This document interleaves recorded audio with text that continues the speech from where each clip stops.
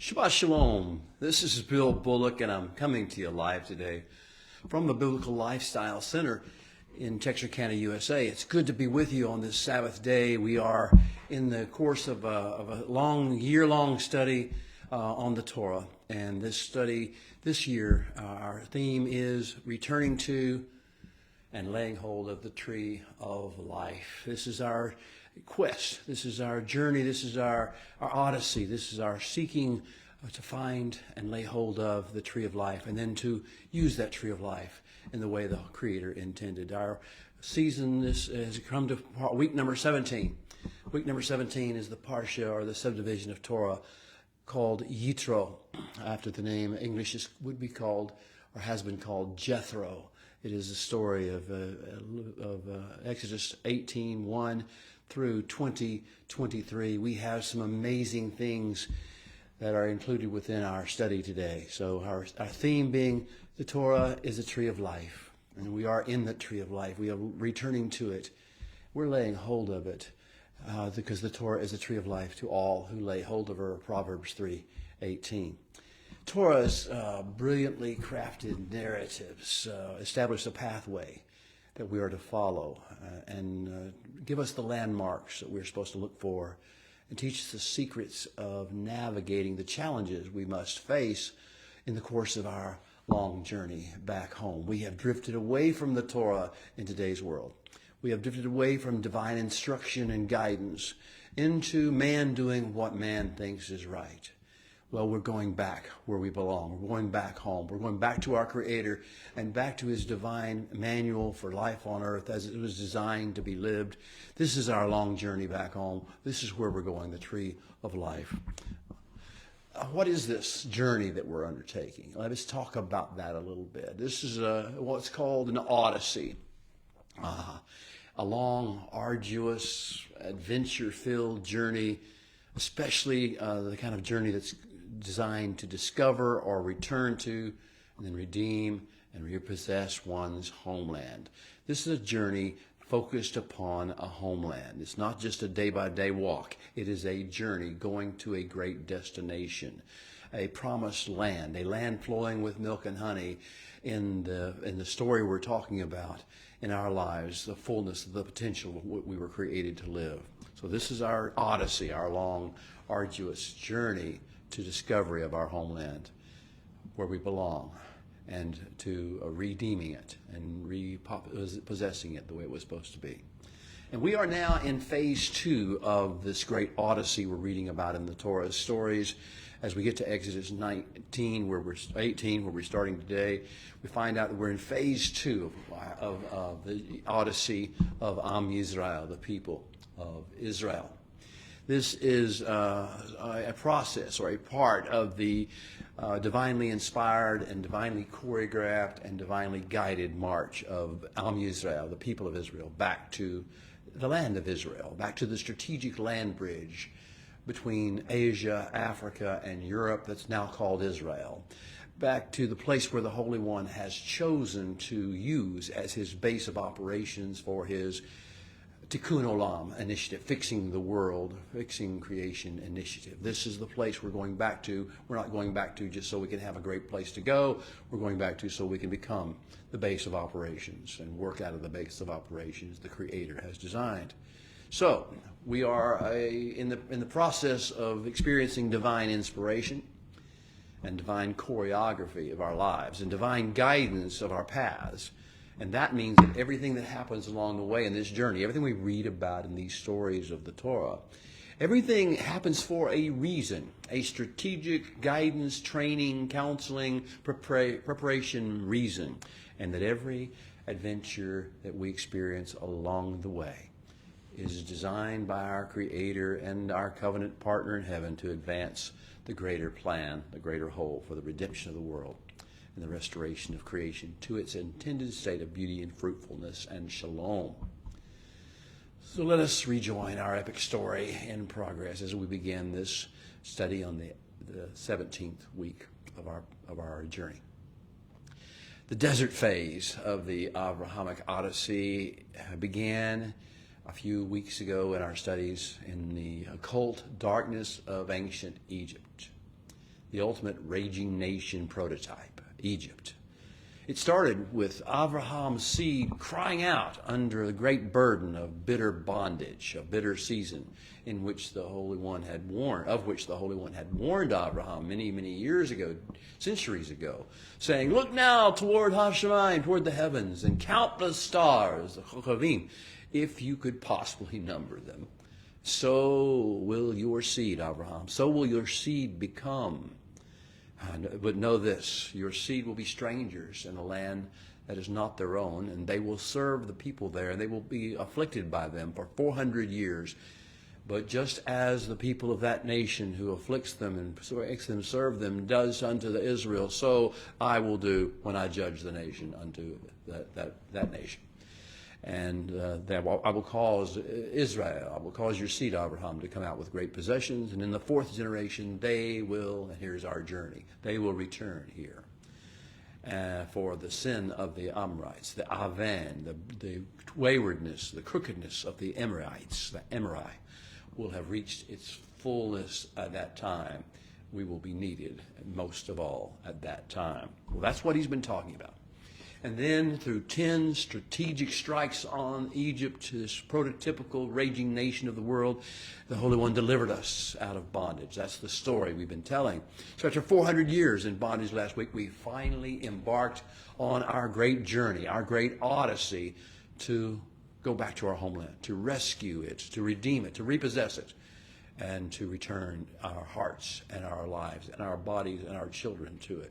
So what has happened since? Well, we went to a place called Etam, and that's where we met and joined up with the divine guide the Holy One has ordained for us to have, manifesting as a pillar of fire and of cloud, fire by night, cloud by day, and this began to be the guidance protocol by which the Holy One would get us where we're needing to go.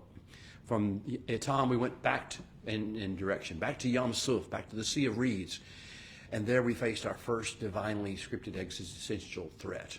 Our first divinely scripted existential crisis. We found there the deliverance of the Holy One, Yeshua Adonai. And we found in our voice, we found a song within us. We found the national anthem, Ashira, Ladonai, I will sing unto the Holy One, for he has triumphed gloriously. Horse and rider, he is drowned in the sea. And from there we went to Mara.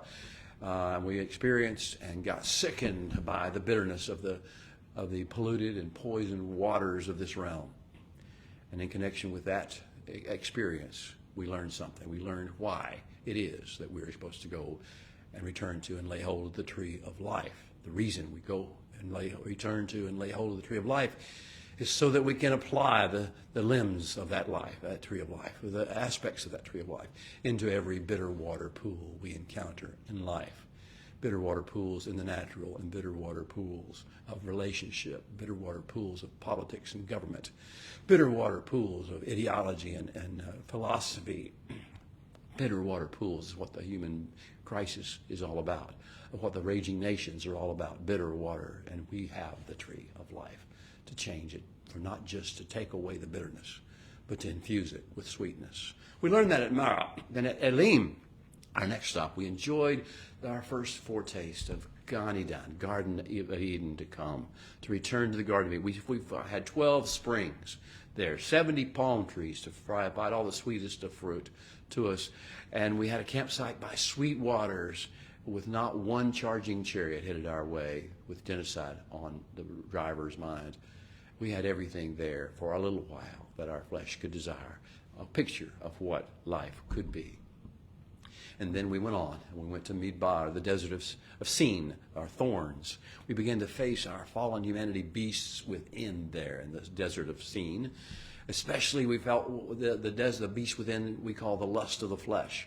And boy, is there more to come on that in these coming weeks of our study.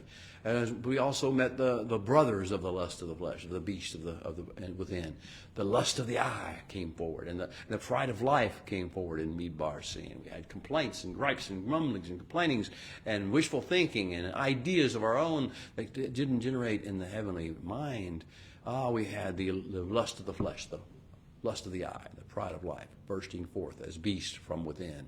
We learn we're going to have to tame those beasts within if we're going to fulfill the plan the Creator designed for us to do.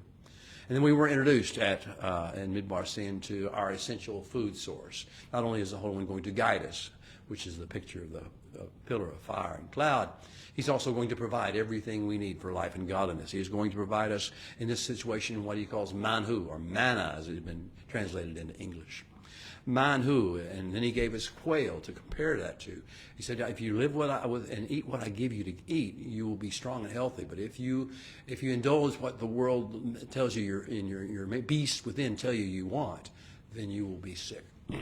So we learned a Sabbath protocol as well. When we were introduced to manhu or manna, we also got introduced simultaneously to Sabbath protocol. There is this special thing called the Holy One is designed for the earth, a season of rest for the earth called Sabbath. It's the seventh day, and the Holy One gave us our first how-to instruction on what to do. He gave us what's called in Hebrew a chuch umishpat, an instruction and a wise guidance. So what we have is now we have another journey. Another journey took us to Rephidim. And at Rephidim, we were introduced not just to manhu, the food, but also to a water source. We're going to have water to survive. And at Rephidim, we received our essential water source. And it was a verbally training, have a verbal activation. It was a verbally activated rock fountain, Marah. And whenever Moshe spoke, the Holy One spoke, Moshe did what the Holy One said, and water poured forth from that. We also experienced at that location our first war. Yes, our journey does not keep us out of wars. He took us out of war with the Philistines, but he led us into a war with a nation called Amalek. Amalek rallied against us when they found out we had an eternal water source. And we got introduced, in the course of that first war, to a man named Yehoshua, later to be called Yeshua. And he co-labored with Moshe in that picture to rally us versus Amalek and help us to survive our first attack by an enemy. And Moshe then wrote something else. He wrote our first scroll. He was instructed by the Holy One to write down what happened at Rephidim with regard to Amalek. And Moshe decided to build his first altar. He wasn't told to. He did this on his own, as Abraham had done, and Yitzhak had done, and Yaakov had done. This is when man steps into the void, when there's been no direct instruction by the Creator. Man chooses to step into the void and do something for good or for evil. We shall find out, maybe, which over the course of time. But what do scrolls, which were introduced to us at Rephidim, and words written on scrolls, which were obviously represented there as well, what do those things mean to us and to our mission? This is going to be a critical unveiling of our rest of our journey, is knowing what the scrolls mean and what the words written on the scrolls, what impact they're supposed to have upon us. Second question we learned from Rephidim is, what are altars? Why do we do this altar thing? Why do we step into the void when there is silence from heaven about what to do? Why do we tend to speak into that silence? When there is a vacuum as far as direction, as far as how to interact with the Holy One, why do we try to rush into that vacuum without his invitation or his instruction? What do altars and what happens on them have to do with our success and failure in the world? Again, that's part of our lessons this week. Enter a man named Yitro, Jethro as the Western world knows him, and enter a season of what I call verbalization overload. Someone rushes into the silence to speak. Someone rushes into the vacuum to fill it with man's ideas. Yitro, you see, is all about three things. Jethro, the man, is all about three things, regarding which the Holy One wants us to know he has a better way. Three things that man are interested in, that the Holy One has a better way. This whole Parsha and Yitro as an individual and the story of Yitro is all to design us into dealing with these three things. First thing is man babble. I call it man babble, when men just have to talk. We rush into the silence and have to say something. This is a conversational issue men tend to have in general. All human beings do to some degree. If there is a silence, we have to fill it. And so this is what I call man babble. Religious theory. Could be a political theory or ideological theory or philosophy, but it could be anything that man just babbles. He just has to fill in the silence because they don't hear the Holy One or haven't paid attention to the Holy One speaking. So we have this first thing that Yitro is all about, is how do we deal with man babble, with religious theory, pontification, opinions. How do we deal with that stuff? And what is the opposite? What are we supposed to be looking for? As opposed to relying upon man babble, we're supposed to be relying on something else. We're going to find out this week. For every little particle or portion of man babble we get, there is an overriding section of divine speak, God speak, thunder speak, I call it, when the voice of the Holy One drowns out the sound of pitiful men speaking and their theories and their man babble. The second thing, beyond man babble and religious theorization, is about that man tries to rush into the void and fill with altar shows. Altar shows, stuff around an altar, a lot of activity, a lot of music and noise and maybe blood and maybe surrenders and maybe emotions. We tend to throw things into an altar show because we don't pay attention to what the Holy One has said, or we maybe don't hear or haven't heard what he has said about this process. Altar shows are man's way of trying to get connected with the Holy One, not in response to an invitation, but as on its own initiative. So altar shows. Now, the Holy One, on the other hand, does have room for an altar in his interactions with us, but it's a wholly different viewpoint and mindset. It's not animal sacrifice to try to please God or bring it into his good graces. It's choreographed and scripted adventures and what's I call kavod, or glory. Interacting between the realms. We have to get to his level of glory, or at least approach it, or get somewhere close where his glory does not kill us. We have to have scripted adventures in kavod, in approaching the glory. Scripted adventures in kedusha, in receiving his energy, the energy of heaven, the frequency, the vibration, the rotational and gravitational magnetism of his realm and his personality. We have to adjust to that. So we have kavod protocols, kedusha protocols, adventures in kippurim, which is when he covers us with his presence and clothes us and heals us and brings us into his embrace. And that's the kippurim, or atonement it's called in the Western world. But that sounds like a religious theory to me, as opposed to the Holy One's designed and divine plan, in which he designs to actually enable us to be in his presence and be with him and hear his voice internally as well as externally.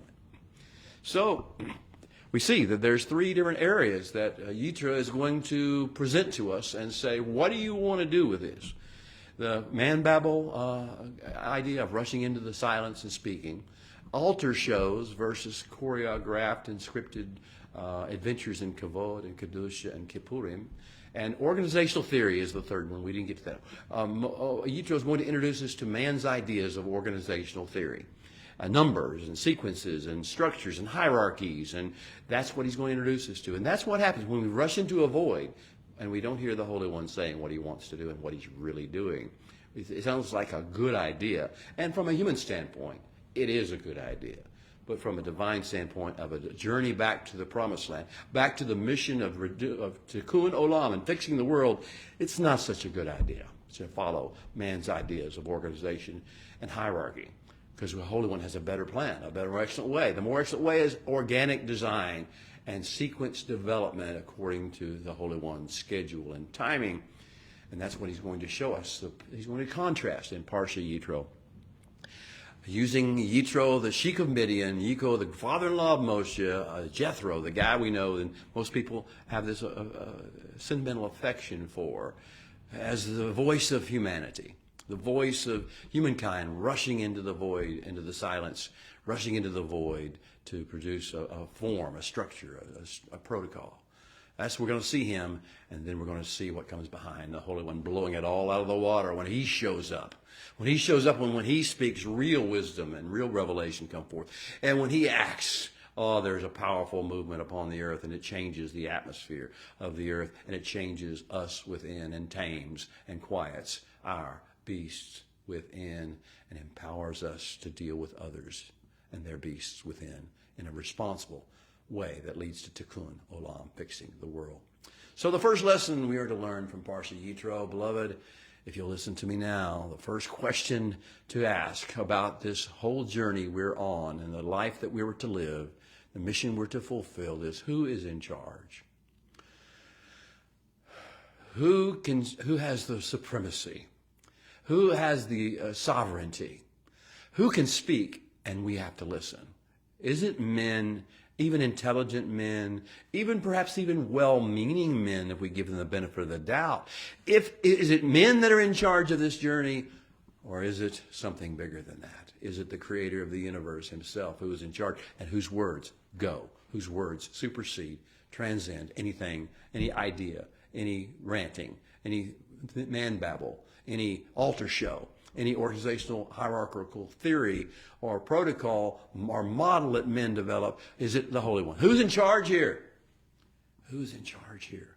Who's in charge of your life? Who's in charge of your mouth and what you speak? Who's in charge of your heart and what emotions and sympathies and empathies you allow to come forth? Who's in charge of these things? Is it men? Is it psychology? Is it ideological? Is it political theory? What is it that's in charge? Is it the parroting of the news and the stories and the narratives they're throwing at you? What is in charge of your life? Where your treasure is, your heart will be also. So what is it you treasure? Who's in charge on this journey? Is it the creator? Is it the creature, I should say? Is it the creature or is it the creator? Who's in charge of your journey and your thoughts and your speech and your behaviors? This introduces us to the idea of supremacy. Now, I'm not talking about some racial supremacy. That's nonsense. That's just man babble. I'm talking about divine supremacy. The fact that what the Holy One says goes. He has preemptive power. When he speaks, men need to be silent or just to ignore what every other man is saying and just attend to the way of the Holy One. A picture of this is provided by the United States Constitution and governmental practice, the Supremacy Clause of the Constitution, Article 6, Clause 2 of the United States Constitution, an example we're using here, establishes that federal law, the Constitution of the U.S., and the treaties of the U.S., any federal edict is the supreme law of the land, and it takes precedence over any conflicting state or local law or regulation or guidance. This federal presume is preemptive. Now, I'm not trying to laud or demean that as a principle. I'm saying that's an example we're trying to use of the supremacy of the King, the supremacy of the Holy One, the creator of the universe. His word is supreme. It rules over anything men white, any idea. He's brighter than any man. His ideas of organizational structure, of altar activities, these are much better from him than they are coming from men. So the U.S. governmental practice of supremacy, the axiom has a corollary. That is that federal law preempts state law or local law. And not only does it preempt it, it prevents the states, or in this case men, human beings, raging nations, philosophies, ideologies, it prevents these things from interfering with what the Holy One has said, which in the federal case, the federal laws and who has the authority to interpret them. So that's what we've been talking about. In Kingdom of Heaven practice, the supremacy axiom and its preemption corollary mean that the Holy One's words are gold, the gold standard. They are what we live by. The gold standard, and they take precedence over any conflicting statements or opinions or edicts of men or government or councils or anything else, or any religious leaders or political leaders or movement leaders ever. The words of the Holy One are the gold standard, and they must be followed. And the divine preemption corollary to that principle is that religions and ideologies and institutions and movements of men cannot disregard or attempt to abolish or amend or supersede divine directives. They stand forever. Men's standards cannot replace them. Men cannot preempt God's initiatives and decrees. Humans cannot prevent them. That is our principle that we will live by. The journey back home, back to our purpose and mission, must start with the supremacy of the words of the living God. And we find that pictured very clearly in Parsha Yitro. First, we have Yitro speaking, a man, a representative of all the nations, speaking the wisdom of the nations. It seems intelligent and even maybe authentic and well-meant. And then we have the voice of the Creator himself. And boy, is the latter superior on every issue that Yitro touched upon. But wait, we have to ask. We have the Torah, yes, we have the written instructions that are given to us. But what about now? Did the Creator ever really even speak, though? Or was that all just language, a literary device of some kind that Moshe used to attribute divine origin to his own thoughts? Well, I think we hopefully have come beyond that. If you've ever really delved into those words, you feel the power of them, and they do not generate from man. But now let's talk about beyond the written Torah and the things that are recorded for eternal. Does the Creator speak today? And if so, how does he speak?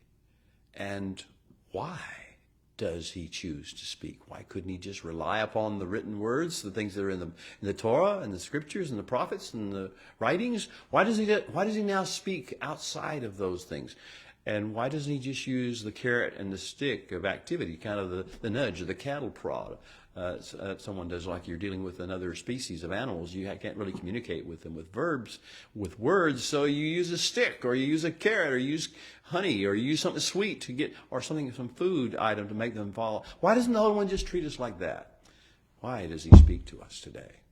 We'll be thinking about those things, and they're going to be hopefully told to us in Parsha Yitro, whenever he introduces the 10 words that are called the 10 Commandments. Before we get too deep into that, let's sing our Shema, and let's begin our study in earnest.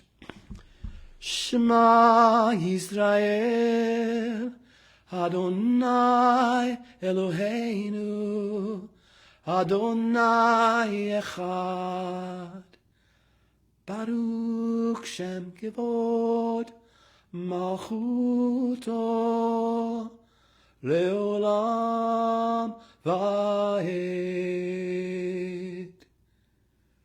Amen. Shema Israel. Listen and hear and heed and respond in resonance, O Israel. Our God is the Holy One. Our God is the ultimate oneness, the unifying unity that draws all things, all people, all worlds, and all realms into the magnitude, the magnetic pull of his force, of his persona. Blessed be he and his glorious attributes and his kingdom forever and ever.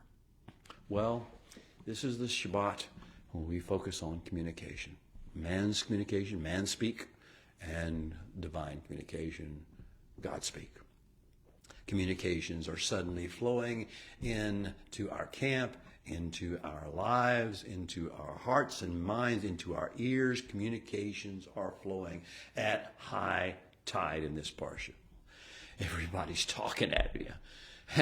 There's some of the voices, some of the sounds, some of the communications are coming from human voices.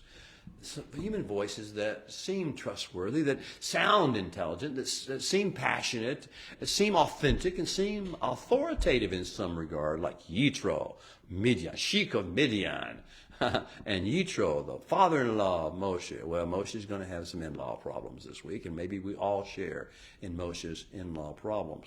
So some of the communications that are suddenly flowing at high tide into our lives are coming from men, from humanity. And Yitro is the representative of all human speech, of all human ideas, of all human motivations, of all human rushing into the void and the vacuums of life, and speaking into the silences of life and expressing opinions. But that's not all the communications we're going to receive this week. We're going to get introduced as a people, not just Moshe's introduction, but as a people, we're going to be introduced to the more inspiring communications. The beautiful communications, the beautiful voice that spoke creation into existence. We're going to get inspired communications coming from the heart and the spirit and the throne and the tongue of the creator of the universe himself. Amen. Blessed be his name. So what are we supposed to do with these various different communications we're suddenly receiving at high tide? What do we do with the man words, the man babble that Yitro is going to prophetically introduce to us? The raging nations speak is what it really is. The commands that men give, the opinions that men express, the accusations that men levy, the rants that men go on, the musings that men make, and the selfish agenda promotions they engage in, and the bluster they deal with. What are we supposed to do with all that stuff? Are we supposed to be offended by it? Are we supposed to be amazed by it? Are we supposed to be surrendered to it? How are we supposed to learn to parse it, to understand it's just man babble? and learn how to deal with their man babble and our own man babble, our own side's man babble and the other side's man babble, and not get all carried away with it and offended by it and up in our outrage and an outroar over their man babble, because there's something more important than dealing with their man babble. That's responding to the God speak, to God words, to thunder speak, as I like to call it. Mitzvot, instructions of how to live a well-lived life. Mishpatim, wise counsel as how to live life and deal with problems and resolve issues. Hukot, ways in which to deal with time and put things in proper sequence and timing to release the fullness of God's plan.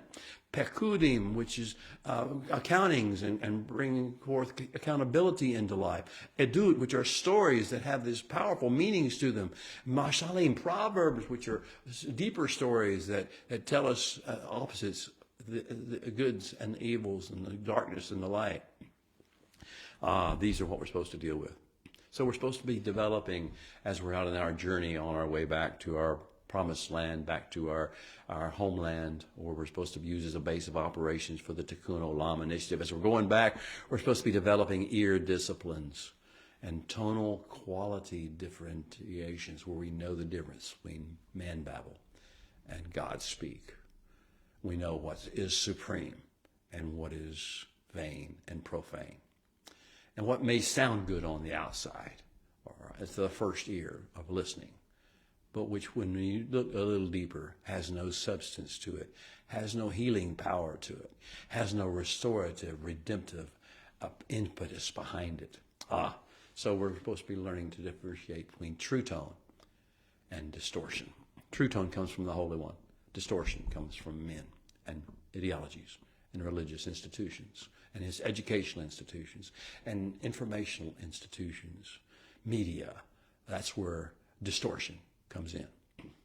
The Parsha of the week is called Yitro. Yitro is a name that's derived from the verb yatar.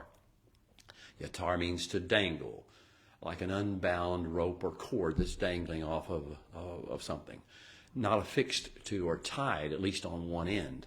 No foundation or support, but it just dangles and catches your eye and attracts your attention. It dangles. Yitro is like that. The Council of Men is like that. It dangles. It doesn't really have any full support.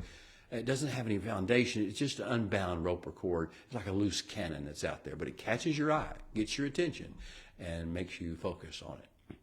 It's a slender reed that offers some hope to the shallow mind, but which you can't really trust. Yitro means disconnected, out of sync, unplugged, unhinged, unmoored, an unmoored vessel floating around the harbor, getting a lot of attention, but actually just causing more damage than it does good. Note to self, there are two kinds of wisdom that we'll deal with in this world. One type of wisdom that we'll deal with in this world is the wisdom of man, the wisdom from earthly wisdom, demonic wisdom, as it says in the book of James. And the other is of a totally different and more beautiful tonal quality, the different tone of the Holy One's voice himself. It always leads to life, to health, and peace. The tree of life is a fountain of life.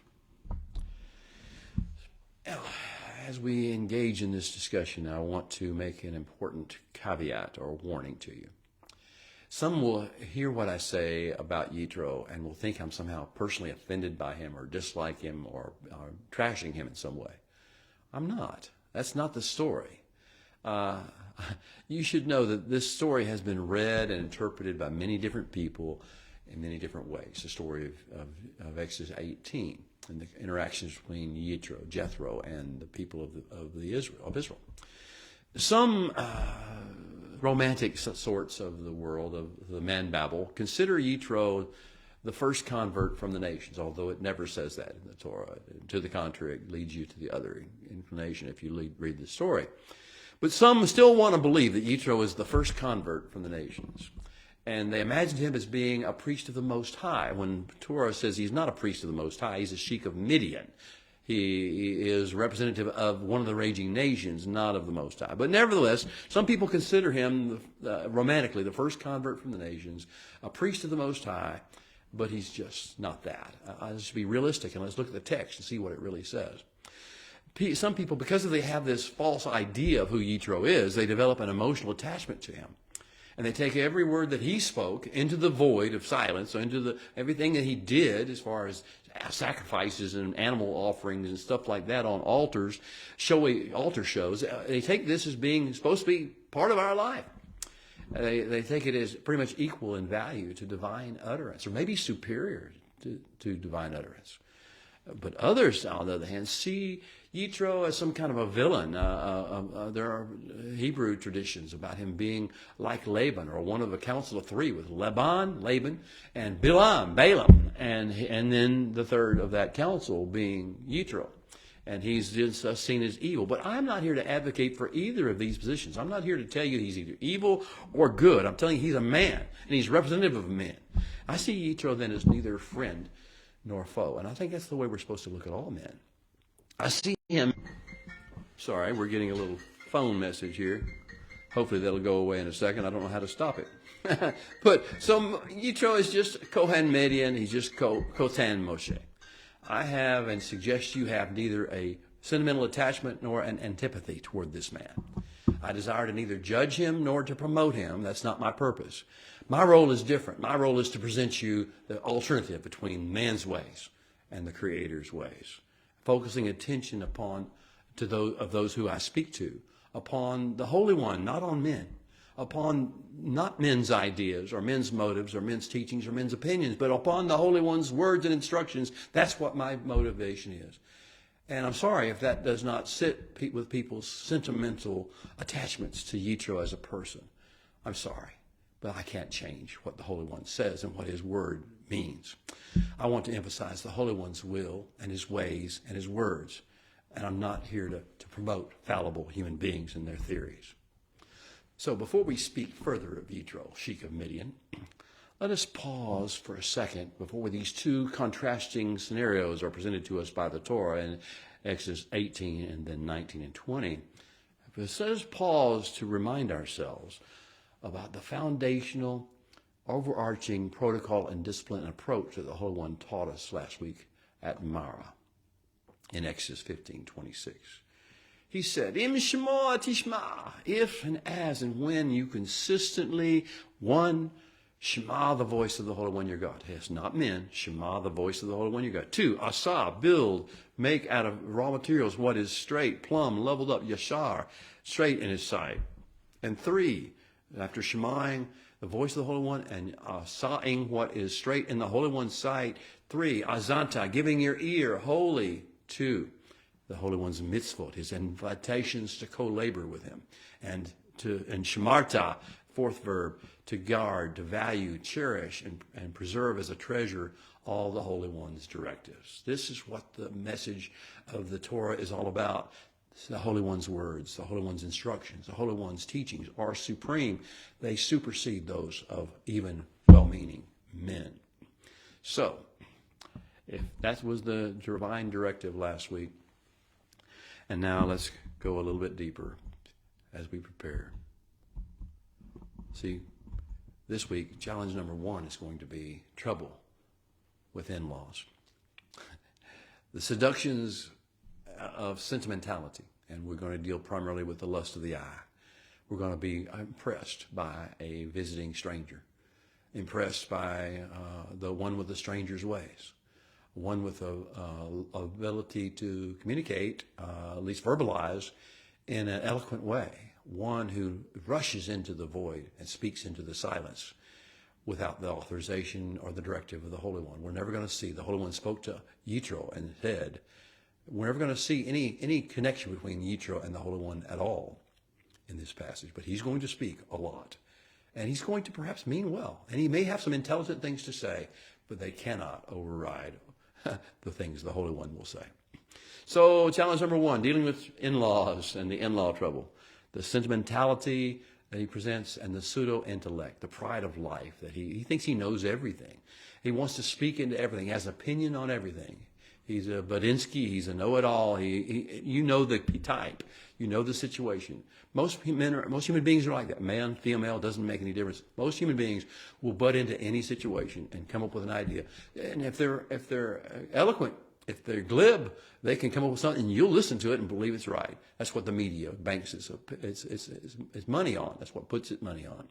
So we'll deal with the in-laws and their sentimentality and their pseudo-intellect, their flesh-generated ways of doing things, their conformity and forced ways of doing things, their number-crunching, focused, structure, obsessed ways of doing things, their formulaic religiosity ways of doing things. That's the trouble with the in-laws. The trouble with the raging nations are our in-laws. Challenge number 2 is we'll have our own issues to deal with whenever the Holy One actually speaks and he blows away everything that the men had to say. When the Holy One speaks, we'll have trouble with our own fear, overload, response. We are not capable of walking in the fullness of everything the Holy One says immediately. It takes acclamation to him. We have to change within before we can change without and respond to what he says. We have a limited tolerance. We have to build up that tolerance for and acclimate to his kedusha, his kavod, and his kippurim. With that being said, we'll have a call to worship. The Baruchu will be sung, and then we'll have a few minutes to talk about the specifics of this parsha. The Baruchu, the blessing before reading from the Torah. Baruch Adonai Hamvorach. Baruch Adonai Hamvorach Leolam Vayet. Baruch Atah Adonai Eloheinu Melech HaOlam Asher Bachar Banu Mikol Ha'amin V'natan Lanu Et Torato. Baruch Atah Adonai Noten HaTorah. Amen. So be it.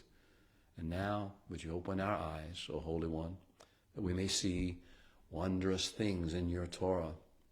For we are just strangers in this earth, so please do not hide your instructions for living from us. And now, gather round, children of the Most High. The Holy One is speaking. It's story time again. At the end of Parsha Beshalach, Moshe built an altar, and he named it Yod-Heh-Vav-Heh Nisi. The Holy One is an uplifted banner, a sign around which I will muster and rally other people. And now we have our prologue from Exodus 18, 1-2. Our beginning of our Parsha begins with Vayishma Yitro, Kohen Midian, Koten Moshe. And Yitro, the sheik of Midian, Moshe's father-in-law, heard Et kol asher asa Elohim leMoshe, of all that the Eternal One had done and made happen for Moshe. U'Yisrael amo, and for his people, Israel. Ki hotzi Adonai et Yisrael miMitzrayim, when the Holy One brought Israel forth from Egypt, Mitzrayim. Vayichach Yitro hoten Moshe, and Yitro, father-in-law of Moshe, took in hand et Zipporah eshet Moshe achar shilkeha. He brought with him Moshe's wife, Zipporah, after Moshe had sent her away. And we're going to find that Yitro comes to the camp. He comes uninvited, but he comes. Why did he have Zipporah? And, of course, he also had the sons of Moshe, Gershom and Eleazar.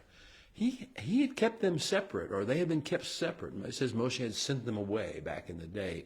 But he brings them with him, and he brings this emotional, sentimental attachment to Moshe. He comes and he enters the camp, and he's greeted like a very important guest, a diplomatic visitation from the nation of Midian, and yet he's also a very personal contact with Moshe, Moshe's father-in-law. So he comes in, and Yitro begins to take over. he begins to do what guests tend to do, which is enjoy the company and enjoy the attention and the reverie. And he begins to speak into the silence, and he begins to step into the void of things that are there. He begins to express his opinion about everything that he sees. Yitro's counsel is all about externals, about what it looks like on the outside. He has no relationship with the Creator. He has no heart of the plan and the idea of the plan of Tikkun Olam. He doesn't know that. He just knows that what he sees he doesn't like. And so Yitro's counsel will be all about external and formulaic things, appearances, abstract ideas, limitations that he thinks Moshe has and that the situation presents, programs he wishes to institute, formulas he wishes to bring into play. It'll all be about defining and conceding to and functioning within human limitations as Yitro sees them through the lens of his own eye and his own experience. Human man babble. The Sheikh of Midian, Yitro, will then stroke our flesh, and he will inflate our human sense of self-importance and exalt form over substance. He will introduce he will introduce animal sacrifice on the altar that Moshe built, or maybe a new one that he built. But we're going to see the Holy One has not addressed this issue with us yet. There's silence from heaven about this. So Yitro rushes in to fill the void and offers sacrifices. We had not done this as a nation. This hadn't been done since at least Abraham, Yitzhak, and Yaakov. And they lived a wholly different lifestyle with a whole different level of responsiveness to the Holy One than we had ever done so far. So he will introduce this animal sacrifice of the nations, the raging nations way of doing altar shows. And he will promote then organizational methodology. He will say you need to have a hierarchy, you need to have numbers, you need to focus on the numbers, have leaders of tens and leaders of 50s and leaders of hundreds and leaders of thousands, and appoint them and have some criteria that you do this and judge which ones you're going to put in the position. And he changed the system up the Holy One had designed. The Holy One was bringing Israel out of Egypt, getting them ready to take charge of the Promised Land, and begin the process of the whole mission of Tikkun Olam, fixing the world. And he had a plan and a strategy and a sequence of doing so, and Yitro decides to rush into that and give his ideas about what organizational structure should look like.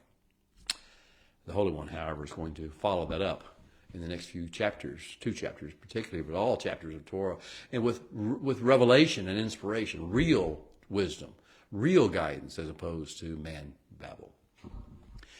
Yitro will concern himself solely with matters of the flesh, not of the spirit. His message will sound good and pleasing to itching ears, but we will not tremble inside when we hear his voice. We will do so when we hear the Holy One. Yitro's words have no kavod. They have no weight to them. They have no glory to them. Yitro's words have no kedusha. They have no energy that fulfills its purpose. They have no redeeming power or joy-bringing. They have no internal or eternal impact. They don't have external impact. That's the way you can tell man babble. It looks good on the outside, but it has no substance on the inside. If we will shema the counsel of men, and Yitro is our example in this parsha, if we will shema them and we'll listen to them and pay attention to them and resonate with them, then we will depart from our high calling to be responsive, shema, the Holy One's voice, and to be the light and to be the blessing to the world that we're supposed to be in order to build and maintain and fund and promote his kingdom, not some religious institution or political system or ideological movement that man desire and man babble to bring about. If we do this, if we turn our attention away from the Holy One to men like Yitro, who may be well-meaning or may not our business to figure that out, but are still doing man babble and not having any impact in the world other than this external. If we let it be our focus, we will find out that arrogance will develop in leadership. There will be pride. There will be ambition and jealousy arise. There will be constant pressure to conform and to seek favor from men rather than to serve the Holy One. And instead of revelation and inspiration and impasse breaking, problem solving from the Creator, we will get gridlock from man. That's what will happen if we follow that pathway. Let's talk briefly then about what we're going to find in this parsha specifically. The 7 aliyot, the 7 sections of this parsha begin with one, and that is Exodus 18, 1 through 12. Yitro, the sheik of Midian, comes into our camp. He comes to visit, and he brings with him Zipporah and Gershom and Eleazar, the sons of Moshe. It happens at the mountain of the Holy One. We're at the base. We're kind of in the vision, in the view from the long distance of Mount Sinai. Moshe and the people welcome Yitro into the family, into the camp with open arms. Yitro begins to gush. Baruch Hashem, who has delivered Natsal, you, he says, out of the hand of the Egyptians, Umiyad Pharaoh, out of the hand of Pharaoh, who has delivered Hayam, Ha'am, Matakat, Hadimi, out of the hand of Israel, of Egypt. Now I know, he says, that Adonai is greater than all the other gods. Whoa, did you catch that? It's great that he talks about Adonai, the Holy One. But what is this still about all the other gods? He hasn't given up on that yet. He will have us to have the Holy One be in relation to other gods as opposed to only who he is, the only God. The Yitro then introduces animal sacrifices, the raging nation's way of doing things, into the community. A raging nation substitute for real worship in response to the Holy One's goodness. That's the first aliyah, the first section. Second section is chapter 18 of Exodus, verses 13 through 23. In that section, Yitro will rebuke Moshe. He says, what you're doing is not good. When you hear the complainer, when you hear the critic, when you hear the accuser speaking, you know it's probably not the Holy One, and it's not coming from his throne. It's not going to be life-giving. It's going to be death-causing. So Yitro rebukes Moshe. He tells him what he's doing is not good. He introduces into the camp number obsession, tens and fifties and hundreds and thousands and all that stuff that you hear today so much. He says, what are you doing to the people? He's accusing Moshe of somehow injuring the people by what he's doing that the Holy One has told him and prepared him to do. Why do you alone sit while other people stand around you? Lo tov, it's not good what you're doing. Hadabar asher ata oseh. You're doing bad stuff, Moshe. And rebuke, rebuke, rebuke. But both you and these people will surely wear out. See, he has ideas of human limitation and his personal experience. He has never walked a moment with the Holy One's energizing, empowering direction. He doesn't understand that. He just sees physical things, external things. Both you and these people will surely wear out, he says, for this is too much for you. You are not able to do this. You are not able to do this. When you hear someone saying you're not able to do this, and it's something that the Holy One has told him to do, well, perhaps maybe we have an idea of what the problem with listening to man babble is. He says, I will instruct you. Atashma bekoli. You should listen to me, my voice. Ooh, danger, danger, Will Robinson. You should listen to my voice, Yitro says. I will instruct you, and Elohim will be with you. He throws Elohim. He projects that he knows Elohim, the Holy One, and yet he doesn't. He says, stand before God for the people now so that you can bring the words of God from God, and you shall teach them Hukim, statutes and ordinances, and you teach them instructions for living and show them the way in which they should walk and the work they do. But select from all the people, Anshe Hayil, strong men. Bring strong men into this, men of virtue and strength who fear God and men are of truth and hate bribes. Sound like good qualifications, obviously, but how do you actually determine that? How can you judge that? How can you weigh that? How do you know from their resume or from their experience that this is really who they are? But that's what he suggests. He says it sounds good on the front surface, and set them over thousands and over hundreds and over tens and over fifties, and let them be the ones who judge the people. Now, if you understand what he just said in Exodus 3:18, 24 through 27, the third aliyah, Moshe actually agrees to do it Yitro's way. It's impressive. It sounds really good. There hasn't been a specific directive given yet other than, Moshe, you communicate to the people on my behalf, which is what the Holy One said. So Moshe did. He appointed 80,156 leaders. How long did it take him to choose and appoint 80,156 serim? That's heads of thousands. There were 603,000. Heads of hundreds. There were 6,500 hundreds. Heads of fifties. There were 13,000 fifties. Heads of tens. There were 60,053 tens. According to the census that's going to be done at this mountain, these are the numbers we're getting. 80,156. 5 tiers of government, 4 appeal levels, Wow, what a hierarchical structure. It all sounds great on the surface until you get to the details, until you get to the realities. This is not what the Holy One had planned. And he says that only you get to handle the important cases, but let the other be decided by people that don't have this communication with the Holy One. And then beyond that, we have the next few parshas, the next few aliyahs. Beginning with Exodus 19, 1 through 6, the fourth aliyah is revelation download. Really, the communications come at you in the form of divine speech. And at the first appearance at the actual mountain, the base of the actual mountain itself that we've been looking at from a distance, the first appearance, Moshe climbs the mountain, and the Holy One says to him, "Say this to the house of Yaakov and tell Bnei Israel, you have seen what I did to the Egyptians, and how I bore you on eagle's wings and brought you to myself, divine empowerment all the way. Now, im shemua teshbeu koli, and et shamartim et briti. If you will cherish and treasure and listen to my voice, and you will cherish and treasure and guard and keep my covenant, you will become three things: segulali, my special treasured possession people. You will become Segala. You will become the snow globe among the snow globes of all the nations. You will be the example, the model of the more excellent way. And you will become Mamlaket Kohanim. You will be a royal ambassador, a cadre of royal ambassadors that I send forth to the nations to represent me to them. And you will be Vagoy Kadosh. You will be the nation that exudes and absorbs and then exudes holiness, the energies of the heavenly realm, and releases that upon the earth. You will be the Goy Kadosh. That's the plan of the Holy One, bigger than Yitro's little plan of external hierarchy, government. Then the fifth aliyah, Exodus 19, 7 through 19. These are the meeting protocols. The Holy One's going to say, I'm going to meet with you.